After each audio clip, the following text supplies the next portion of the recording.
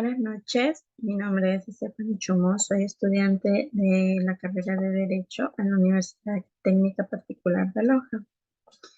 Estas son mis prácticas preprofesionales, eh, práctica 1, y nos permite dar a conocer un poco sobre la política pública por una Internet segura para niños, niñas y adolescentes. Este es mi tema a tratar en esta infografía. Bueno, nos dice que el Ecuador es pionero en Sudamérica en contar con una política pública para el uso seguro de Internet para niños, niñas y adolescentes. Pero ¿quién diseña estas políticas? La primera asamblea consultiva se realizó el 21 de junio del 2006.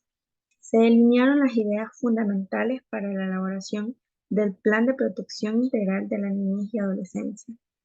Hubo participación de varias organizaciones públicas, privadas, sociales y comunitarias.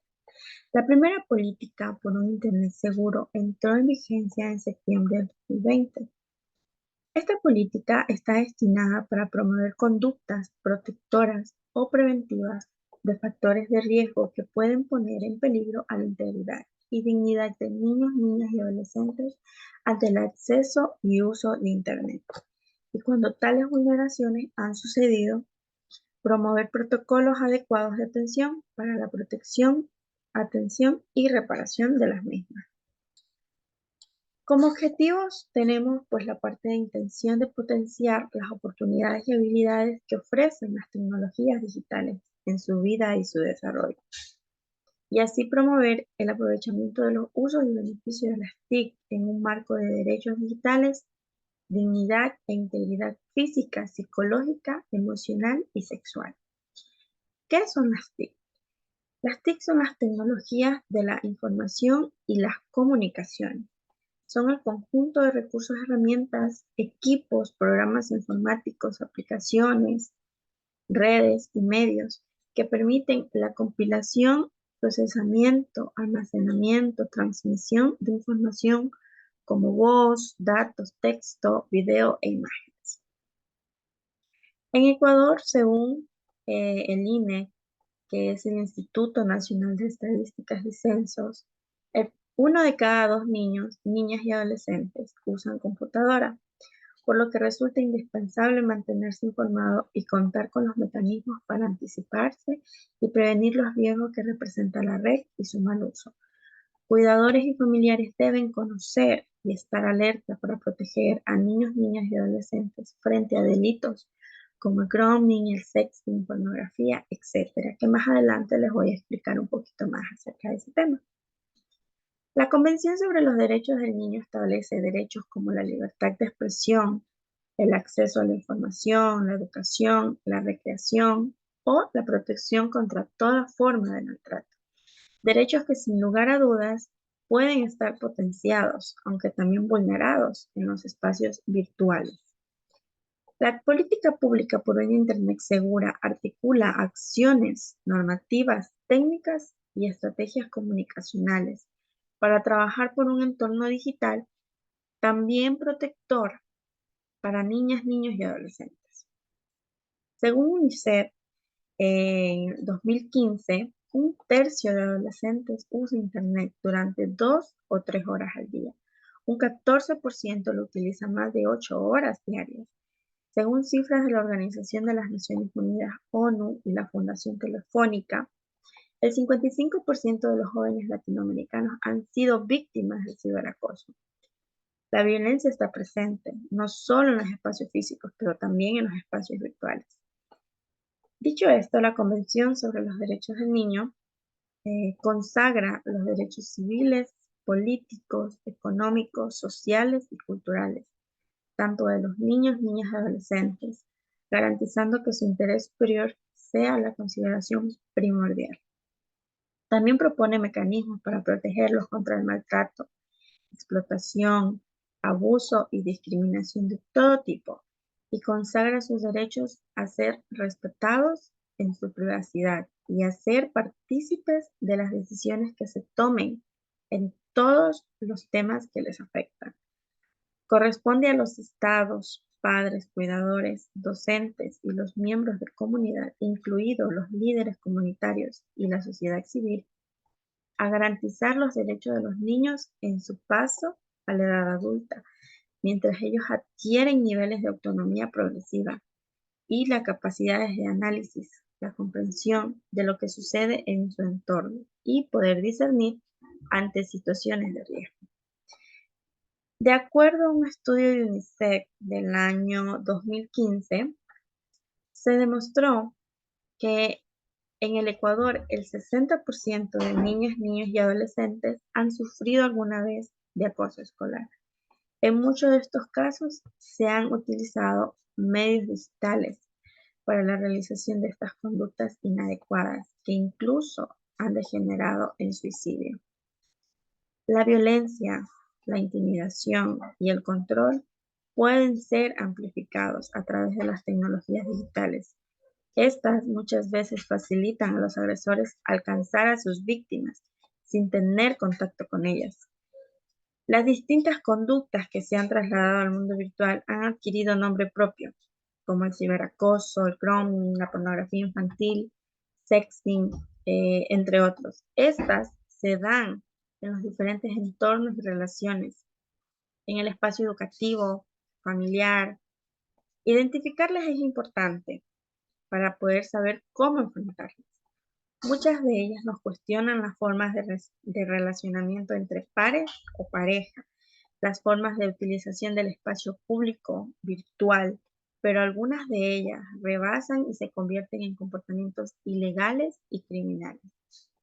Como les dije anteriormente, el abuso sexual de niños, niñas y adolescentes es la explotación sexual, el acoso sexual, el abuso sexual, que cada vez tienen más lugar a través del Internet. El abuso sexual en línea hace referencia a todas las formas del abuso sexual, facilitadas por las tecnologías de la información y difundidas por medios en línea.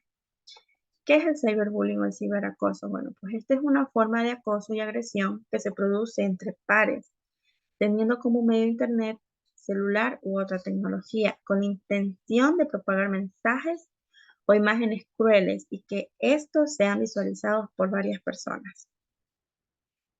¿Qué es la ciberadicción o abuso del uso del Internet? Las famosas TIC. El uso de las TIC de forma abusiva puede degenerar en una adicción como consecuencias físicas y emocionales.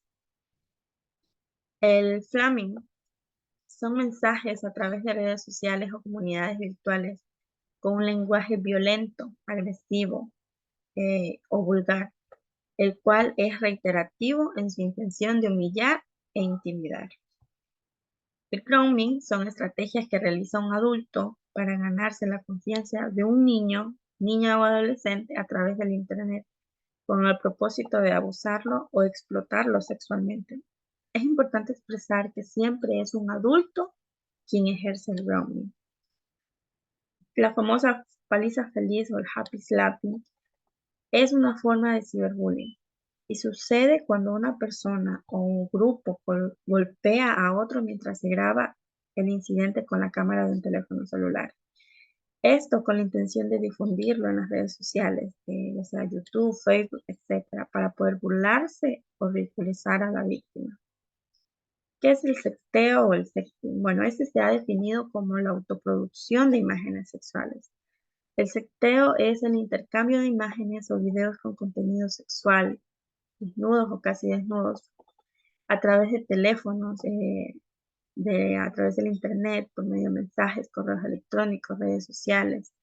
También puede considerarse una forma de acoso sexual en la que una niña, niño o adolescente pueden ser presionados a enviar una foto a su novio o compañero para luego distribuirla sin su consentimiento. ¿Qué es el streaming?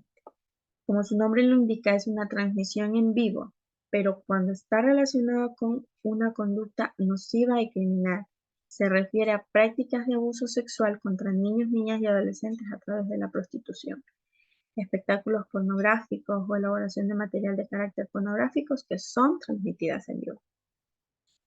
¿Cuál es el enfoque de estas tecnologías? Las tecnologías de la información son parte de la vida cotidiana de niños, niñas y adolescentes. Como un mecanismo de acceso y uso de Internet, a través de ellas se pueden desarrollar habilidades digitales, competencias informacionales, la creatividad, innovación y expresión digital, así como ejercitar sus derechos a la educación, a la comunicación, a la cultura, a la participación, al ocio, recreación, entre otros. Dentro de estas políticas públicas tenemos unos ejes. Dice entre estos ejes y componentes. La política pública fomenta un marco normativo y regulatorio adecuado, una cultura de prevención de riesgos, la concienciación sobre peligros y amenazas, potencia la responsabilidad de su uso y la actuación adecuada a través de protocolos. Algunas actividades pueden contribuir simultáneamente al logro de varios objetivos. Estas contribuyen exclusivamente a un objetivo específico. Sin embargo, cada uno de estos campos se estructura de una forma concatenada para el logro de objetivos generales. Entre estos ejes tenemos 5. El primer eje nos dice de las medidas legales para garantizar los derechos digitales. Estas son orientadas a fortalecer y reformar la legislación nacional para poder garantizar los derechos digitales de niñas, niños y adolescentes y protegerlos frente a las vulneraciones y la violencia en el Internet y poder sancionar a los agresores. En el eje número 2 tenemos las medidas técnicas y procedimentales para promover un acceso sano, seguro y constructivo a las TIC para proteger la integridad y dignidad, tales como los lineamientos técnicos, las regulaciones, códigos de conducta, recomendaciones. Esto es para proteger los derechos digitales y la integridad y dignidad de niñas, niños y adolescentes. En el eje número 3, este da un seguimiento y control a través de la articulación y coordinación institucional. Esta construcción de estructuras organizacionales de seguimiento y control junto a la cooperación internacional para poder impulsar la articulación y coordinación institucional, la participación activa de la niñez y adolescencia, dar un seguimiento y una evaluación del plan de implementación.